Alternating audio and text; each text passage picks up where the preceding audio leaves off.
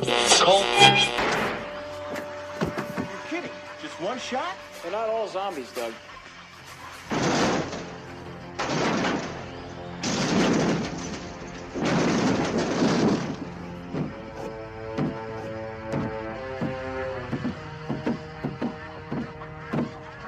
How do you fight this thing?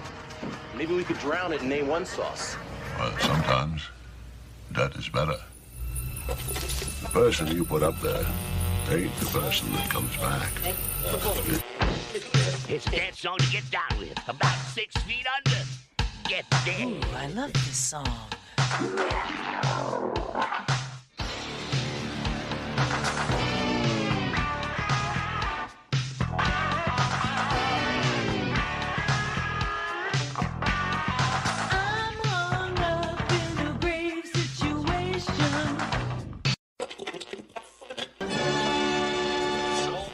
And now we come to the thrilling final episode of our radio drama. Hello everyone and welcome to episode 270 of the Rotten Views podcast. Thank you everyone for showing up to another new episode.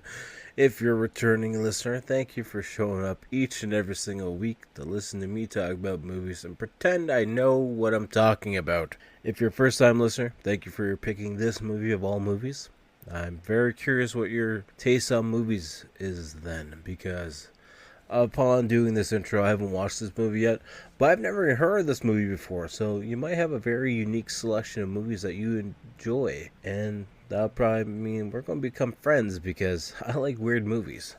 This movie is another blind watch, and we're watching it for free on Tubi, so definitely go check it out over on Tubi if you guys haven't, because if you are a new listener, I talk about the movies from start to finish, hit all the points in between that interest me. So this is going to be a very, very spoiler-heavy episode, just like they all are. But this movie came out in 1981, so I don't want to hear any slack if you guys are angry or upset with me spoiling something that happened in the movie. See, the movie came out before I was even born, because it came out in 1981. And I don't want to hear any complaints, so it's on you.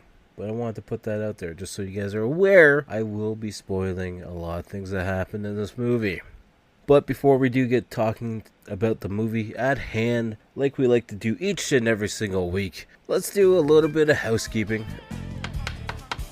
Housekeeping? I think you're sleeping. Housekeeping? Could you come back in an hour? Housekeeping, you want towels? More towels. Need sleepy. Housekeeping, you want mint for pillow? Please go away. Let me sleep for the love of God. As always, if you're listening to this on Spotify, feel free to leave a star rating. You know, you can leave a 5-star, 4-star, whatever star you want. If it's a 1-star, that's okay. I'll be a little bit upset, but we can play a match of WWE 2K25 and I'll see if I can beat you. Online matches on that game are not fun at all. I find them very laggy and very stupid, to be honest with you. But that's besides the point. If you win, you win. Hopefully you won't, because then I'll feel a little bit better about myself.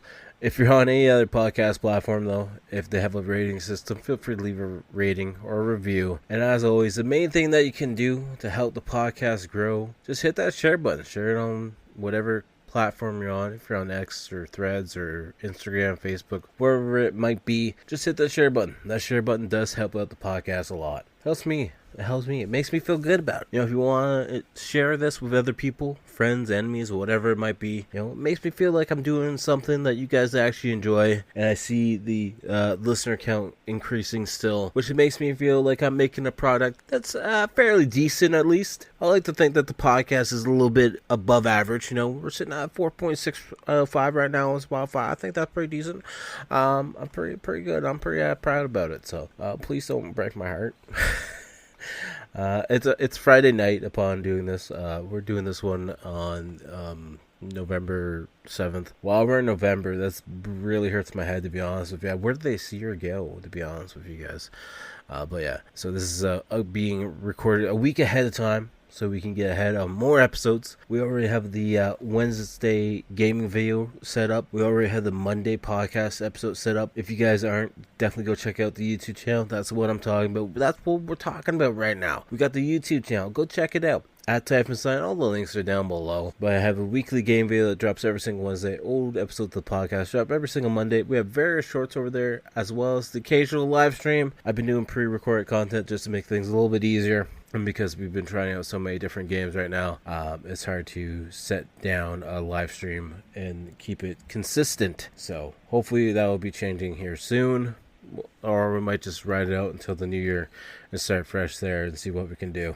But there's a bunch of links down below in the description if you want to follow me on any social media accounts. It's at Type and Sign. We're on X, we're on Threads, we're on TikTok, we're on Instagram, we're on Facebook, pretty much anywhere and everywhere. We're even on Blue Sky, but I don't really use it because it just looks like a cheap version of TikTok, or not TikTok, X, Twitter, whatever you want to call it. You can also check out the Rotten Views podcast page on Instagram as well, where I post the podcast. As well, I post my daily On This Day in Horror pieces, which I also post on the YouTube channel and the community tabs as well. So there's a ton of free content for you guys. So definitely go check some of it out. The last thing we're going to be talking about for social media side of things is the CWC page, the Canadian Wrestling Championship page. We got it over on Instagram as well as Facebook, and we have a YouTube channel coming out soon as well. We're going to have a ton of new content, maybe some reviews, maybe some gaming wrestling content. Not really sure what the set line is going to be for that, but there's going to be live streams over there as well, and maybe even a wrestling related podcast. I'm not sure how long the episodes will be just yet, but we're trying to get everything worked out and going from there as well. And the last thing, this is actually going to be the last thing.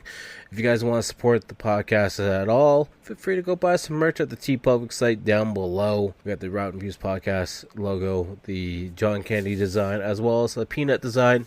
And we have another new design. Hopefully dropping in about 2 weeks' time. Let's say 2 weeks' time. I'm giving myself more leeway than I want to. I was going to say a week, but let's do two weeks. I think 2 weeks is good. I think it's doable in 2 weeks.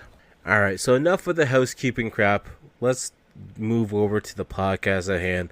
The reason why you guys are here, the reason is you're here to listen to me talk about a movie that came out in 1981. It's a horror comedy for an hour and 35-minute runtime. You can watch it for free over on Tubi. It's called Full Moon High. I forgot which movie I was doing originally at first, so I started looking up werewolf movies on Tubi because I knew it was on Tubi and I knew it was a werewolf movie. There's a lot of interesting werewolf movies, and some of them I'm not going to talk about because it's Nazi-related stuff. Go look it up yourself. It's very interesting what some people make. A description as read on Tubi: a high school quarterback's life is forever changed when he joins his father on work trip to Transylvania and is bitten by a werewolf. This movie has a 4.8 out of 10 on IMDb, 2.6 out of 5 on Letterboxd, and 37% on Rotten Tomatoes. 71% of Google users have enjoyed this film. Initial release date was October 9th, 1981. I know I just read the description from Tubi, but the description on IMDb is: a popular high school football player becomes a werewolf after a trip to Romania and struggles to come to terms with his new reality. This one is written and directed by Larry Cohen. He was also known for being the writer for It's Alive from 1974, as well It's Alive Again from 1978. He was also the writer for 1990's The Ambulance. I've heard about that movie, but I've never actually seen it. In 1996, he also did a short where it was titled Uncle Sam. Also in 1996, Invasion of Privacy. A lot of movies that he's apparently worked on I haven't heard of before at all. He was the writer for one episode of NYPD Blue. He was also the writer for 1992's Maniac Cop 3, Badge of Silence as well. He did the screen and story for 1993's The Body Snatchers. So let's jump over to a couple of the cast members, seeing that the director and writer was the same person, so we don't really have to divulge on that too much. The main person we're going to talk about is Tony. That's the main, the quarterback, football player, wherever he might be. He is played by Adam Arkin, which he's in 13 episodes from 2017 to 2019 of Get Shorty. He was a divorce lawyer in 2009's A Serious Man. He's in 3 episodes of Justified from 2012 to 2014. He's in 11 episodes in 2009. of Sons of Anarchy playing Ethan Zobel, which I thought was pretty interesting. I wasn't a big Zobel fan in Sons of Anarchy, so maybe I'll be a fan of him in his younger days in this movie. Who knows? I guess we'll have to wait and see, because I haven't actually watched it yet upon doing this intro. The next top billed cast member is Ross Kelly playing the character of Jane. She was Flaps in 1977's Curse of the Black Widow. She was Diane Sullivan in 1980's New Year's Evil. She was also Pinky Tuscadero in 1976 for 3 episodes of Happy Days, as well as she was in an episode of Blanky's Beauties, which I've never even heard of that TV show ever before. She only has 25 acting credits, and the last movie she was in was actually Full Moon High. Other than that, she did 2 episodes of Fantasy Island from 1980 to 1982, and 1 episode of Trapper John MD in 1983. The tagline for this movie is, "He's today's teenage werewolf. Only the rules have changed." Friendly trivia. The werewolf makeup special effects were done by Steve Neal, who had been a protege of Rick Baker, who did the makeup on the same 1981 year's American Werewolf in London. I feel like that was written a little confusing, but whatever, you get the point. Rick Baker worked on American Werewolf in 1981. That's a good werewolf movie. I think a personal favorite, I think, for werewolf movies is Bad Moon, as well as Silver Bullet. I think those two are excellent examples of werewolf movies. Dog Soldiers has grown on me as well, so I like that one as well. Let me know down in the comments what your favorite werewolf movie is. Teen Wolf is good, but that's a different style movie. That's comedy. I was thinking like full-on werewolf movies. So definitely Teen Wolf is up there as well. Teen Wolf 2, it's hit or miss. It's not super great, but it's not the worst thing either. So while scrolling through IMDb, a quote came up, and I'm very thrown off by it because the quote is by Mrs. Montgomery. It just says, "Come back, you premature ejaculator." I don't know what that has to do with the movie, but I'm very curious to see where this scene comes in and why everyone thought it needed to be the #1 quote on IMDb. It's definitely funny and something that I wasn't expecting to hear from this movie, but oh well, it is what it is. But with that being said, let's get started on the movie at hand. The reason why you guys are here. You're here to listen to me talk about Full Moon High from 1981. So as always, like I like to say, so if you're a new listener, I'm going to be talking about this movie from start to finish and all the points in between. I've already told you that once. I'm telling you again. Might have told you twice already, so maybe it's the 3rd time. That's besides the point. So let's get ready to sit back, relax. If you're at home, hopefully you're comfy. Hopefully you got some snacks or whatever it might be. We'll sit back, relax, talk about this movie. Hopefully it's going to be a fun one. I don't know yet. We'll have to wait and see. If you're at work, hopefully this helps you get through the day. And as I know most of you gals, ghouls, and guys are, I know you're listening in the car. You're either going to work, going out to groceries, going on vacation, whatever it might be. Just keep your eyes on the road. That way you get to where you're going safe and soundly. Nobody else gets hurt. And let's get started on the movie at hand. And hopefully it's a good one. Presents Saturday Night at the Movies, the television series which each week brings you the finest in recent motion pictures. Tonight... I know, son, it hasn't been easy growing up. I mean, you do remember Mom, don't you? Oh, yeah. I came into your room once without knocking, and you were both in bed together. You screamed at me to get out. Oh, that was the maid. But I'm about to make it up to you, son. Oh, that'll be great. The Central Intelligence Agency selected me to represent their interests in this Romanian caper. Real spy stuff? You'll provide the perfect cover. Oh, my friend Tony, father and son visiting Romania. Can I read your hand? You will live forever, never to age. Does that mean I will never be able to order a drink? Carry the curse of the pentagram. I've always wanted to go to the Pentagon. Pentagram, stupid. The mark of the wolf. By all rights, you should be a dead man. The strangest thing happened to me. Did you have a good time? Did you get laid? I hope not. Oh, my God! I am doomed to wander the earth. Then I will return home to fulfill my destiny. Want a bite? Of who? Of what? Now, you can fool everybody, but you can't fool me. I know all about werewolves and their little problem. I need you to make me some silver bullets. I have to be locked up immediately.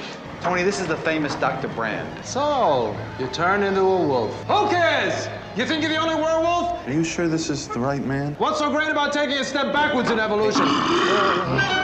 Don't worry about me, folks. Nowadays, with inflation, it takes at least 8 silver bullets to kill a werewolf. So we see this as a film's way movie, and we hear this really comedic music playing, and then we hear this like werewolf growling in the background. What we assume is a werewolf, and then we see this full moon high font pop up on the screen. It kind of looks decent, but it's actually not werewolves growling. It's a bunch of football players growling as they're going in for a tackle. And we see everyone cheering on because, you know, this is a high school game of some sort. Not sure which team's the good team, which team's the bad team. Not sure who's anyone's cheering for, but the intro credits are playing as this game goes on. And our boy, Tony, scores maybe the winning touchdown. And this lady comes out running and be like, "Oh, I love your helmet. I love your padding." And he's like, that's not padding. And of course, the game's over, and then the coach is like, "All right, guys, gotta get into showers now." And then the coach comes in and be like, "All right, guys, who wants a nice massage?" Like, what's going on in this movie? What? No. Nope.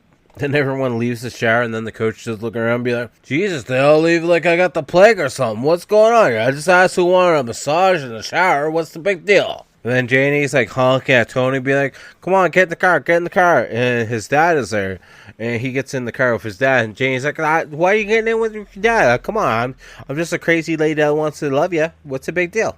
And she's the same lady that was on the field, being like, "I love your padding." He's like, "That's not padding." Then we're back at home, and the dad and Tony are talking, being like, "Yeah, you remember your mom?" He's like, yeah, I remember mom. She used to take me to the beach every now and then, right?" She's like, "No, that was a maid." And he's like, "Well, yeah, no, I remember. I came in your room once, and you were yelling at each other." He's like, "No, that was the maid too." So then Tony's like, "Whatever did happen to mom?" And apparently the mom ran off with the dad's banking buddy, and they have been seen since. And the dad kind of feels like he hasn't done enough with Tony. And Tony's like, "Come on, Dad, we've done a lot together. I helped you build the bunker down in the basement." He's like, "Yeah," and everyone else laughed at us, right? Well, just wait till those Nazi missiles come overhead. Everybody's going to want to be in our bunker. This is where the dad breaks the news, being like, "You're going to be the best cover for this mission I got to go on. Go to Romania to grab some stuff. You know, nobody's going to really think anything other. You, big football star with his dad, just two tourists out in Romania." And Tony's like, "Well, what about the big game, Dad?" He's like, "Don't worry about it. We'll be back before the big game even starts, and you'll be a star. Everyone's gonna be so happy to see you once you come back." It's like, "Wait, you're just going to Romania for like the weekend and come back? Like, what's going on here?" Then we see the dad in this hotel room in Romania, and he's talking with two ladies as he's, pouring some alcohol. Be like, "You ladies would love America. You could walk the streets at nighttime and not have to worry about anything." And then Tony walks in, and Dad's like, son, the museum closed early. What are you doing back here? I was kind of going to get my thing on with these two ladies." So Dad's like, so I was just going to discuss things with these two nurses, and nothing weird's going to happen at all. And Tony's like, I guess there's a couple dungeons I haven't, ventured to look around town. I guess I'll go sleep in the main lobby tonight again. So then Tony's sitting at the bar in the lobby, drinking some milk out of a fancy glass. And this lady keeps looking over at him, and she calls him over. And she's like, "Can I read your hand?" And he's like, "Do you do this for a living?" And she's like, "No, behind the Iron Curtain, books are banned. We kind of just read other people's hands so we can learn something different." So the lady's reading both his palms, and she picks up the second one, and she's like, shit. He's like, "Can you translate that to English? What's going on?" She's like, "You're always going to stay young. You're never going to age, and you have the mark of the pentagram." He's like, "I always wanted to go to the Pentagon." The waiter's walking by. He's like, she said, "Pentagram, you idiot. You have the sign of the wolf." And she's like, "When the moon is full, make sure not to make any plans for appointments because you're going to be very busy." And he's like, "I don't believe in those werewolves, vampires, and virgins. That stuff's all crazy. There's nothing real about that stuff." So I guess Tony wasn't at the bar in the main lobby because now it's nighttime and he's walking around outside. He's trying to wave down people, be like, "Excuse me, I need to get to Main Street. I'm not from here. I need some help. Apparently none of you speak English, huh?" So then we see a horse starting to get spooked, and then someone starts walking down this long set of stairs, and it's a werewolf. slowly coming down the walkway. And then Tony starts yelling up to a window, being like, hey, I need some help. I'm American. I need some directions. And the person comes over to the window, turns the light on, and throws a bucket of water down at him. Then out of nowhere, out of the darkness, this random person playing a violin comes out, and he gets spooked, and then a werewolf appears beside him. He's like, oh, what's the weird foam stuff coming out of your mouth? Hey, anybody know what's going on with this dog? Like, what's going on with this dog here, guys? It's standing on 2 feet, too. It's really big. What's going on with the dog with the red eyes? And he's like, oh, you're a wolf, huh? Nice wolf, nice wolf. I'm sorry I called you a dog before. I didn't know that was an insult. If you want, you can ruin my shoes. You can pee on them. If you got market territory, it's fine. I understand. I get it. I offended you. I am sorry. So then we have Tony down on the ground and the werewolf's on top of him. He's like, hey, I told you no bite. No bite. All right, take a finger then if you know. Just a finger. I got a few of those. Just one finger, all right? And then the werewolf takes off and howls at the moon. He's like, hey, wolf, get back here. Aren't you going to bury me? At least a bone gets buried. Why are you not burying me? Come on now. So Tony stumbles back into the hotel room. His dad is apparently asleep in bed. He goes over to the washroom, starts looking at himself. And there's no bite marks. There's no scratch marks. And he's like, well, by any rights, I should be dead. He's like, or at least have rabies or something.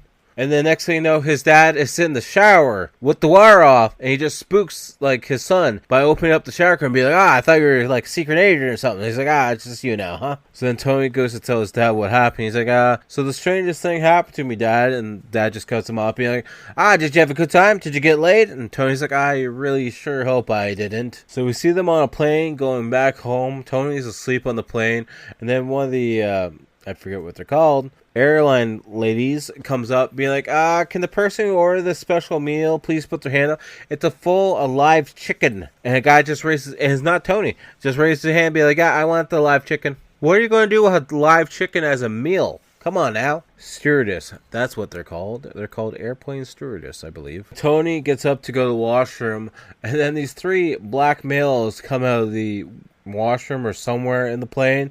This is a stick up. And we're going to blindfold all you guys, and we're going to Cuba. And they're blindfolding everyone. And then they even blindfold the live chicken. But at this point in time, Tony's becoming the werewolf. And he's hiding behind a seat. And he grabs the shoulder of one of the stewardess. He's like, I'm scared too. I understand. I get you're scared too. He's like, wow, you got such hairy hands. So then Tony is like lurking at the back of the plane, and one of the robbers is like, I can see there's something different back there. He's like, no, there ain't nothing back there. And then the leader guy's like, oh, okay, well, you cover me. I'm going to go see what's back there. And the other guy's like, oh, no, I am not going back there. That's clearly something weird. And then there's like a fight breaks out on the plane, and then everyone's like, all right, guys, we're going to be fine. Everything's going to be okay.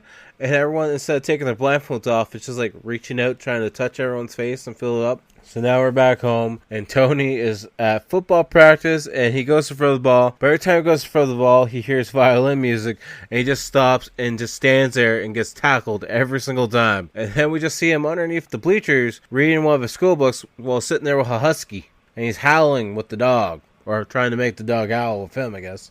Out of nowhere, Jane comes in and be like, you've been back one whole week from Europe and you haven't called me once. Are we over? Did I screw up? Let me know how I screwed up. And he's like, you didn't do anything. Jane, we weren't even really together. Jane, just leave me alone for a little bit, please. And now it's the nighttime. We see a full moon, and we see Tony like on the ground struggling as he slowly becomes a werewolf, being like, this is worse than having a freaking root canal, man. This sucks. And then we just see this ad on newspaper being like, Werewolf annoys community. Not terrorizes, not destroys, just annoys. And then there's like a montage of him like attacking various ladies. And all he does is bite them on the ass, because every time after they're being attacked, we see them being treated medically. And it's just a big giant band-aid being put on one of their ass cheeks. Then we see everyone in class, and then the military alarm goes off, and everyone starts hiding under the desk, and the principal is like, you guys are good. If there's an atomic bomb attack, you guys are hiding under your desk, doing the right thing. You guys will be okay. A-okay, definitely. So then we see the dad getting ready to feed the family dog. He's like, some real meat byproducts. This is real healthy balance. Come on, Fido, come eat your meat. And then we just see Tony appear behind a tree being like, oh, food, huh? He starts growling to the point where he scares away the family dog and just starts eating the dog food out of the dish. So then Tony's inside. He's like, all right, Dad, so the dog needs some more food. He's like, no, the dog's fat enough as it is. No, your grades are slipping. I think you're getting a little woozy, and you've been wolfing down your food a lot. I think you're slacking a lot. So then we see Tony, like, growl. And he's like, hey, I'm not going to have any growling at me in my own house, all right? You understand? And then Tony runs up to his room. So then the dad follows him, being like, hey, no growling at me, all right? I'm the one that pays the bills. You live underneath my roofs. You know, you're getting really hairy right now. That's the worst case of 5 o'clock shower I've ever seen. You need to go shave. You need to chill out and go to your room. And then Dad's like, all right, this is your room, actually. I'm going to go to my room. You stay in your room, though. And at this point, Tony's turned into the full werewolf. And the dad's like, oh, you feed them, they grow up, and they become angry. It's like, what's going on? Here, get away from me. Whoa, bad dog. So then the dad runs down to the bomb shelter to hide in the bomb shelter, being like, you'll never get me inside the bomb shelter. I'll be safe in here. I know. I have enough ammunition and other shit in here to keep me safe. And then he's looking at a picture on the wall, being like, Joe, those damn commies turned my son into a werewolf. They're after me. Those damn commies always after me. So the dad opens up this little window and sees that Tony's still there, so he decides to shoot at Tony, but this bullet is ricocheting off of all the walls in the bunker, and we just see the dad trying to avoid it. And then next thing we know, we see a casket with American flag over top of it, and we see Tony talking to the Reverend, being like, I think 50 would do a good job. So then Tony goes to pay and be like, no, not right now. Like, an envelope slid in later on, like, let's not do it in front of everyone, alright? We see there's like 3 soldiers beside the coffin, and the one guy goes to shoot up in the air. He shoots a crow and it lands on the coffin, and the Reverend's like, all right, no more gunplay until after the ceremony and everything, right? Let's hold it off, right? And then the same guy shoots the coffin 3 times back and be like, oh, that gun's still loaded. And then the Reverend goes to say another speech about the ceremony. And all 3 of the army guys just shoot up in the air, and a tree branch falls down on top of the casket. And the Reverend's like, oh, God, amen, we're done. So then we see Tony on a bus, and then Jane's on the side of it, banging at his window to try and get in the bus. And he's like, you know, Jane, you're gonna die, you need to get out the bus. And then the bus driver's like, you got out the goddamn bus, miss. Everyone else on here paid for it. You better not get on my bus or I'm gonna smack you. And he turns around and smiles at everyone and be like, I wouldn't really smack the lady. I'm just saying it. And then Tony's talking to the bus driver and be like, so, say it's going to be a full moon again tonight, huh? He's like, yeah. Is that why that crazy lady's after you? He's like, well, I can't help it, you know, crazy lady's after me. He's like, yeah, I understand. The bus driver's like, hey, you're a pretty good looking guy, you know. You want to sit up here beside me? I'll even let you steer if you want, little buddy. It's now nighttime. We can tell that Tony is now a werewolf. And he's feeling up the bus driver's shoulder. And it's like, it says right in the regulations, no talking or annoying the bus driver while the bus is in motion. So then he looks over and sees a werewolf hand. And then he picks up the walkie-talkie or CB radio. Attention everyone on the bus. Can anybody wake up and help me, please? And then next thing we know, we see everyone that was on the bus just sitting on the side of the road. And then the bus driver is like, can you believe this? A wolf bit me on a Greyhound and it stole the whole bus from us. So we see that he's taking the bus and going back to Romania by the looks of it. And a news article pops up on the screen randomly being like, Jack the Ripper or Jack the Nipper still at large. The Nipper. I guess maybe he wasn't going to Romania because now he's going back home. And he's like, there's still time. I can probably bring the team back and win the stuff. And the whole school is trashed. Everything looks destroyed. And it looks like full-on ghetto now at this point in time. And then we see the principal looking out the binoculars. And, of course, this is where the whole Tony never aging thing comes in. Because he's like, that youngster out there on the field looks like someone who I used to teach about, 20 years ago. It's kind of crazy to think. We see the principal talking to this, what I thought was a nurse, but she's a female teacher. And apparently every school she's worked at, she's gotten sexually assaulted. And the last school was an all-girls school, let's say, for the younger ages. Anyway, she's like, you're at high school now, and you're able to put your foot down with these kids, and they'll listen. And she's out in the hallway getting ready to go to her class. And we see a bunch of fights breaking out all over the place. There's graffiti all over the place. People breaking into lockers. Guy pissing in the water fountain. Might have been some drugs being stored up there for 2 seconds. Wasn't really too sure, to be honest with you. And she's trying to find her classroom. And she looks pretty much traumatized because all the guys are getting up to her being like, oh yeah, come on lady, you want to go do some stuff? She stumbles into the ladies' washroom, and there's probably like 15 girls smoking weed in there. And she's like, oh, what's that smell? Oh, wow, feels weird here, guys. And she stumbles out of the washroom with smoke coming out of her mouth. And she bumps into Tony. And Tony's like, hey, how's it going? She's like, oh, you're new here. You're probably not, ready to mug anyone yet. He's like, no, I'm just here to sign up for some classes and stuff, try and, do something for my dad, to make the school better again and, win the big game. Pretty sure this might be Miss Montgomery, and she's like to Tony, be like, don't bring anything that you actually like to school, like books, paper, or like any lunch or anything, because it's gonna get stolen. So don't bring it here. Don't do it.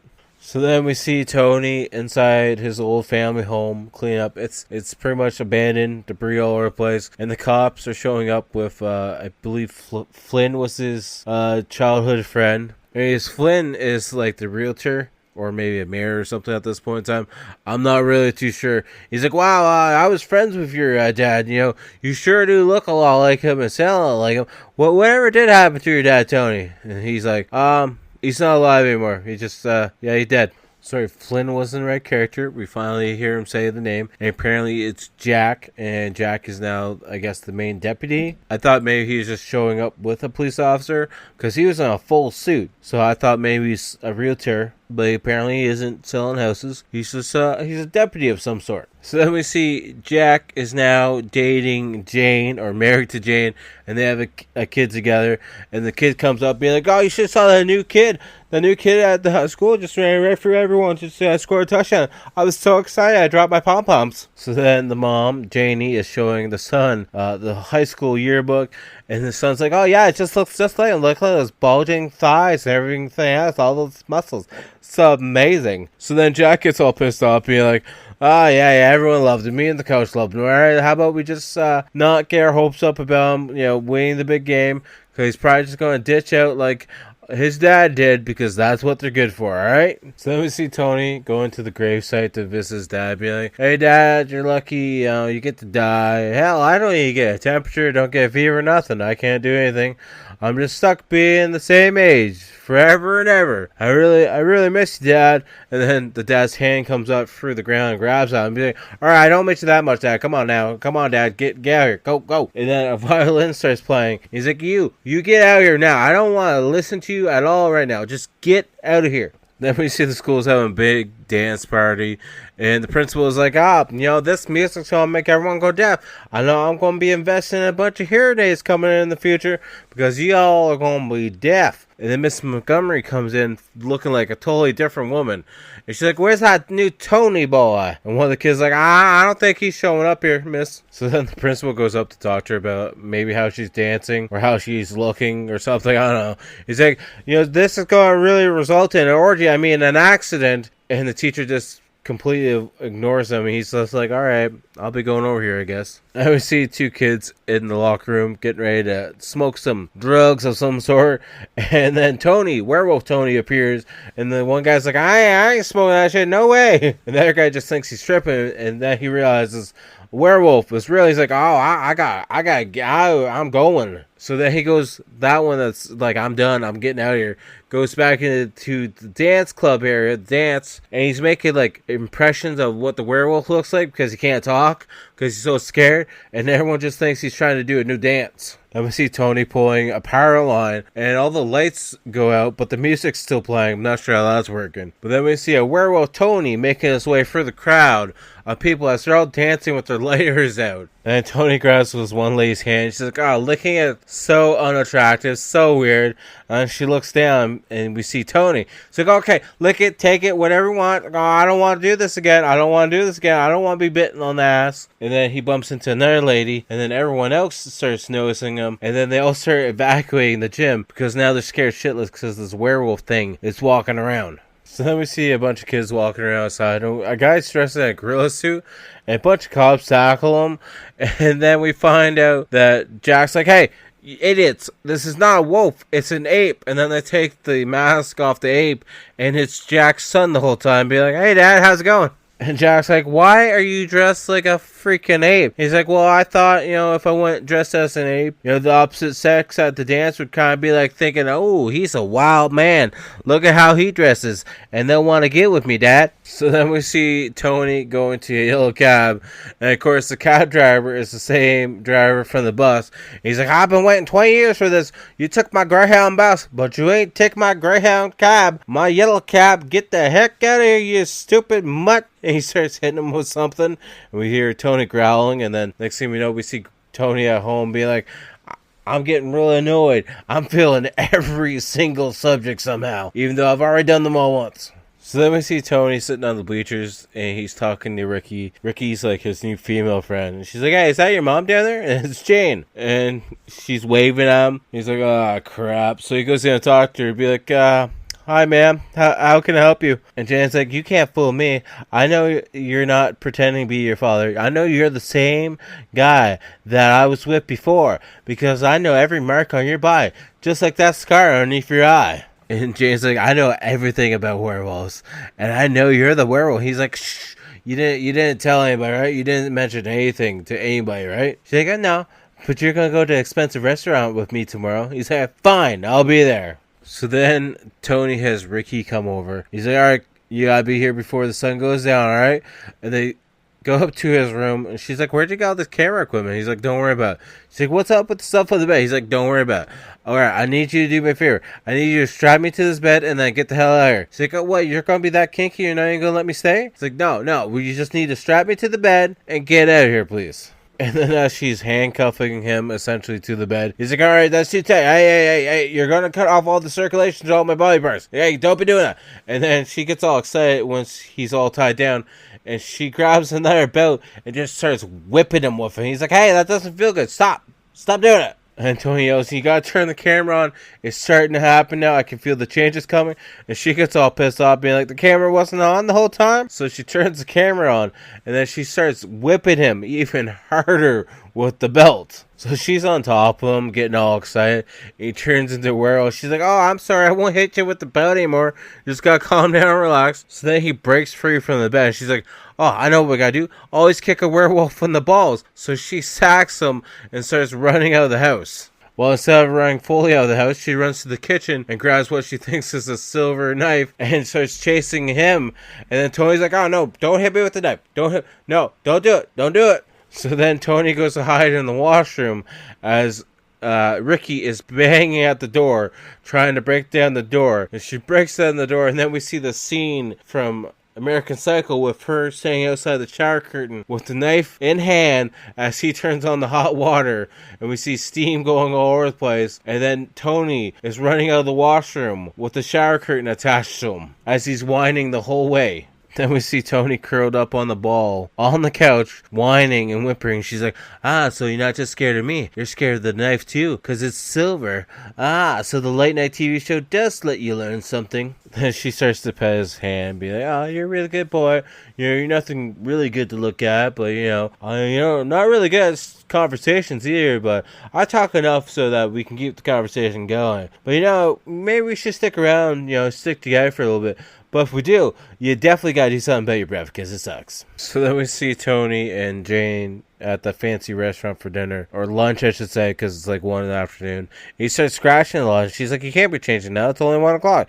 And he's like, no, don't worry about it. I'm fine. She's like, oh, I know what it is. We're going to have to get you a bath and a flea collar because you probably got fleas from sleeping in the woods. And the waiter's coming by to drop off food, being like, and the flea collar will look very nice on you, sir. So then Tony grabs the fork to get ready to eat his food. He's like, it's real silver. I'm going to be sick. I got to get out of here. So the waiter comes up being like, pay your check first, then go be sick somewhere else, all right? So then he starts freaking out trying to get out of the restaurant. He keeps bumping into a bunch of silver items. So then we see Tony driving in the car with Ricky, and she's like, "Can you tell me, have you killed anyone?" He's like, "No, I haven't killed anyone. I'm a nibbler. You know, a little bite goes a long way." But he's like, I'm worried that sometimes my stomach is going to get too big for my eyes, and I might end up killing somebody." So then we see Jack going to a silversmith. He's credited as a silversmith in the IMDb, and it's played by Pat Morita again. Best known for being like a previous episode of the Rotten Reviews podcast, Auntie Lee's Meat Pies, playing a sheriff. And Jack's like, "Yeah, I got a real rush job." And he shows his badge. He's like, "Oh yeah, I'd make a really nice belt buckle." And he's like, No, I don't want a belt buckle. Nothing gaudy, nothing like that. I want a bullet. And then we see Mrs. Montgomery, and she's sleeping with a student, apparently. And that's where the quote comes in, because she's like, "Hey, somebody's in the house, and I don't know who it is. It's a trespasser." He's like, "Oh, it's probably my father." She's like, "Why would your father be here?" He's like, "Well, he's a robber, to be honest with you. I'm supposed to be out stealing hubcaps right now, and he's going to be a murderer if he finds me in here because I'm supposed to be out stealing hubcaps." And she's like, "You get back here, you premature ejaculator." And the kid just literally, Leonard's his name actually, jumps out the window, and by the sounds of the crashing and smashing, he's on the second or third floor at least, and crashed through something. And then Mrs. Montgomery calls 911, but gets put on hold. He's like, "Oh wow, this is really good hold music. I really enjoy this." And then the door starts to creak open, and we see Tony slowly starting to come in full werewolf form, be like, "There's something in my room. Can you please come help me?" So then we see this class getting ready, and there's a substitute teacher, and the teacher's like, "I just want to say thank you to whoever returned the projector. Appreciate that." And then Tony comes in the class, being like, "Hey, I need you to put this on because it's a substitute." And the kid's like, I can't do that. There's no headers. There's no leader." He's like, "I don't care. Just thread it up. I need everyone to see that I'm a werewolf." So then Ricky comes to the class and tries to get Tony to stop. He's like, "No, I need everyone to know that I'm a werewolf because I went all the way with Mrs. Montgomery. She liked me and she wouldn't run away. And I didn't know I would like her that much. And, well, I kind of did the thing and I fed on her, and everyone in school needs to know that this is an issue that I'm dealing with." And then we see Jack showing up at the school with some other officers, and Tony's like, "Yeah, I need you to take a seat." He's like, No, I can't take a seat. I would love to watch a movie and stuff, but Mrs. Montgomery's missing and stuff. He's like, "I know. Just sit down and shut up and watch the movie, please." So the film starts playing, and everyone starts laughing about it. Tony starts getting slapped with the belt, and Jack's like, it looks like a porno film. And the other deputy's like, pretty cool, huh? And then the principal's like biting his lip and biting his finger, being like, "Ooh, that's kind of frisky, huh?" And Jack's son's like, "It's a Wookiee." Tony's like, "I am not a Wookiee. I am a werewolf. Get it right, please." Then Jack handcuffs Tony up, and they get ready to take him out of school. And then all the other guys are going over to Ricky, being like, "You got real good ass. You could hit me with about any time." And she gets all excited, and she goes over to the projector guy, being like, "Can I get a copy of that so I can watch it whenever I want to, please?" Then we see some firefighters trying to get this guy off a roof, and the firefighter's like, "Come on, you can't do it. We got a phone call, and it's a long-distance phone call, and it's paid for." He's like, "Well, I'm still gonna jump." "Wait, is it a man or a woman?" He's like, "I don't know. I didn't check. Can you please get off the roof safely, though?" Then one of the doctors comes up and starts shaming the guy, be like, "Hey, you want to jump? Go ahead. Go ahead, you piece of shit. Just jump. Get off the roof. Stop wasting our time. Let's go. Time is money. Let's go. Come on." And the guy's like, "Can I get a different doctor here, please, to talk to me?" He's like, "No, you get to deal with me. Come on. Either get off the roof one way or another. Come on, let's go." So this was just an introduction to the doctor that's going to go talk to Tony. But this firefighter starts fighting with the guy that wants to jump. And next thing they know, they're fighting on the top of the roof. And they both fall off. And the doctor's like, a bunch of jerks that didn't try to fly. Anyways, then the doctor goes to talk to Tony. Be like, "What, you think you're special? You think you're the only werewolf? Eastern Europe is full of werewolves. You're nothing special, kid." So then the doctor gets out his recorder and starts talking to Tony, and then he looks over at one of the police officers being like, "Do you have a mirror?" And the deputy's like, "Well, it's down in the washroom." And the doctor's like, "I don't care what your weird kinks are. Can you just go get me the mirror, please?" So the deputy's gone to go get the mirror. The doctor's like, "Hey, can you sign this piece of paper for me? Don't bother reading it because you won't understand it." And then Tony's like, "So you want me to sign my body off to science and you can kill me?" He's like, "What kind of guy would do that?" And Tony starts mumbling as he slowly starts to change into a werewolf. And he's like, hey, Mowgli, how about you speak up so my recorder can hear it over here, alright? Come on, idiot. And the deputy's like, alright, I got the mirror. He's like, alright, you're a moron. Thank you for giving me the mirror. But how about you unlock the door so you can hold the mirror so you can let this moron see how much of a moron he is. Then the doctor walks in with a needle being like, alright, so this is going to, put you to sleep so that way when I skin you, it won't be incredibly painful. And then Tony throttles the doctor and he looks over at the deputy being like, shoot him now. And he shoots him. He's like, you gotta shoot him. You gotta shoot him better. So then the deputy goes to shoot some more, and he shoots out the camera. And the doctor's like, you idiot. Can you not shoot the giant werewolf that's in front of us and not the camera? Now everything's gone black. And the whole time, Tony just wants to go play the big game. That way he can score and win for the school. And then we cut to the school where we see the football game going off. And we see Bob Saget, of all people, at the school being a reporter for the football game. I was not expecting that. I didn't see that on the IMDb cast list at all. And then we see a werewolf, Tony, walking down the street being like, I gotta break the jinx. I gotta score one touchdown and I will be able to break the jinx. And then out of nowhere, we see Werewolf Tony appearing on the football field with the football in hand. All the other teammates and players are on the ground, scared for their life. And we just see Tony with the ball in hand, running to the other end of the field to score a touchdown. And then the doctor's there with a couple of officers. He's like, hey, don't shoot too many holes on the body. Okay, because I get the body. I don't want too many holes in it, alright? And then Jake's standing there with a gun pointing at Tony, being like, he's turned rabbit. He's turned into a bad wolf, honey. Look at him. Look at how bad he is. And Jane tries to stop him from shooting at Tony. And then a couple of officers shoot at Tony anyways. And he just kind of swats the bullets away like it's no big deal. So then Jane is trying to calm down Tony. Be like, alright, we're going to take you home. We're going to adopt you. And Jake's like, no, we're not. We can't take him home. We just got new drapes. He's going to wreck the drapes. We can't do that. So earlier, Tony called him Jack. But now that Ricky is trying to calm him down, she's calling him Detective Flynn. So I'm not sure what the name is anymore now at this point in time. So then the doctor got a gun and starts shooting Tony. And realizing that Tony keeps coming at him and being like, maybe I should shoot him some more times. There's nothing's happening. And then he starts running away being like, well, I am in trouble now. Can somebody else shoot him, please? So then we see Tony having the doctor high above his head. And the doctor's like, you gotta put me down, alright? You gotta put me down. So then Tony throws him down on the ground. And he's like, you big loof, I told you to put me down, not throw me down. Then we see Tony collapse to the ground, still in werewolf mode. And Jane's like, guys, we gotta sing the Full Moon High theme song. That way Tony can know what's going on. And then Jack or Flynn or whatever starts singing the song really badly. And we just see Tony growling the whole time, looking up into the sky.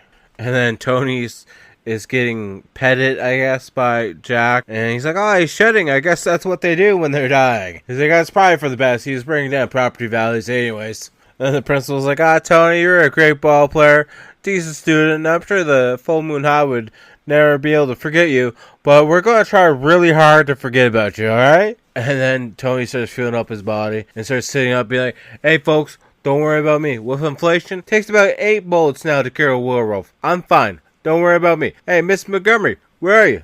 Hey, Miss Montgomery. And we see Tony walking through the woods looking for Mrs. Montgomery, who's now as a werewolf version of herself. And he's like, Miss Montgomery, it's now your turn to bite me. And they start howling at the moon together. And then we see this picture. It's a family home sweet home picture of them together as humans. And then a whole litter of werewolf puppy kids. And then the outro credits start to roll. And that's the end of the movie. I gotta say, it wasn't too bad of a movie. The werewolf aesthetic, I guess, or looks. It's kind of Teen Wolf, but not nearly as good as Michael J. Fox's Teen Wolf style. I wish you saw him playing football a little bit more, but I guess that would be too much like Teen Wolf, so they kind of wanted to make it a little bit different. As for murdering stuff, there's none of that at all. The comedy is not bad. I find that kind of tries too hard at times. Enjoyable though, nonetheless. I thought it was a decent movie. Average at best, so I'm going to give it a 5 on the Rotten Views scale out of 10. So I would check it out if you're a werewolf fan. It's definitely not the worst werewolf movie I've ever seen in my life. It's not the best by any means either. And the cast is kind of interesting. You got a couple guest appearances that I did not expect at all. So definitely go check it out on Tubi if you want for free. I would watch it at least once. Alright, so we're at that point in time where we're going to pick what we're watching next week. Next week, we're going to watch another movie that's on Tubi. I know that's shocking, that's surprising, but get used to it. This one is from 1988. It's only an hour and 19 minutes long, but it's also a horror comedy as well. The movie that we're going to be watching is called Doom Asylum. A group of teens party at an abandoned asylum. Unaware it's inhabited by a deranged autopsy survivor with surgical tools and a thirst for revenge. So definitely go check that out next week. I've seen this one once. I don't know all the way through though, to be honest with you, now that I'm thinking about it. I think I might have skipped out on the ending because I had stuff to do. But we have checked it out at least a little bit. And it's pretty fun, not gonna lie. So we're going to be checking that movie out next week from start to finish. Hopefully you guys will check it out on Tubi beforehand if you want to, so you're not spoiled. But we'll have to wait and see. That's your decision to make if you want to or not. As always, make sure to check out the outro band, trauma-based horror band Blood Opera. All their links are down in the description below. But the main thing you can find them on is like Amazon Music, YouTube, SoundCloud, Spotify. If you're listening to this podcast episode on Spotify, they'll be linked into the episode directly, so you just have to scroll down a little bit. And as always, make sure to check out all my links down below at Typhon. Follow me on all social media accounts, from Instagram, Facebook, to X, Threads, TikTok, and the YouTube channel. Definitely go check that out as well. We've got the weekly game video dropping every Wednesday. Old episodes of the podcast drop every single Monday. Various shorts, live streams, and community posts over there as well. So definitely go check all that fun stuff out. And I will talk to you guys all later. Peace.